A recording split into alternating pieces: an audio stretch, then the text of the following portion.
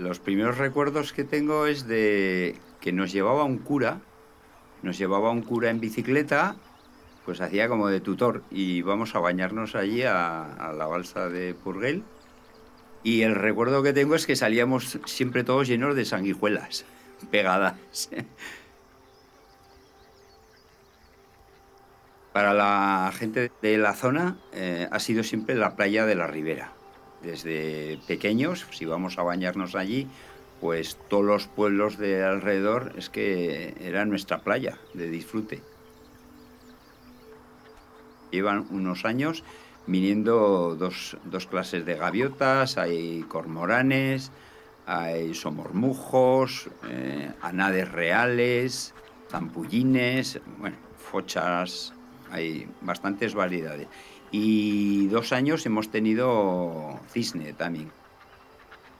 Por ejemplo, el Micronemon coralloides solamente se encuentran en 3 puntos de toda Navarra y uno de los puntos más extensos es en la balsa de Purrell. Y bueno, y luego hay pues alicornias, juncos, tamarices, suaedas, en fin, hay todo plantas crasas que tienen que adaptarse a vivir en un entorno muy duro.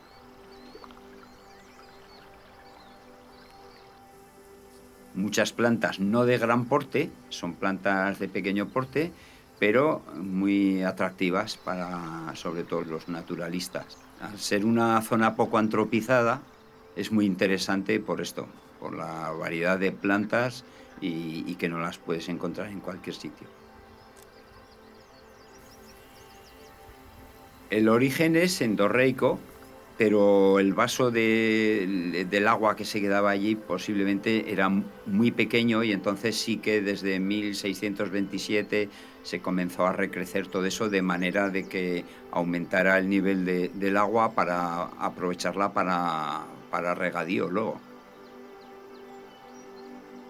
No solamente lo que es el vaso de agua, sino el entorno. Yo suelo ir a visitar mucho toda la plataforma de antiguas canteras romanas de los Royales, que, bueno, eso es otro mundo. Parece que estás en una galería de arte.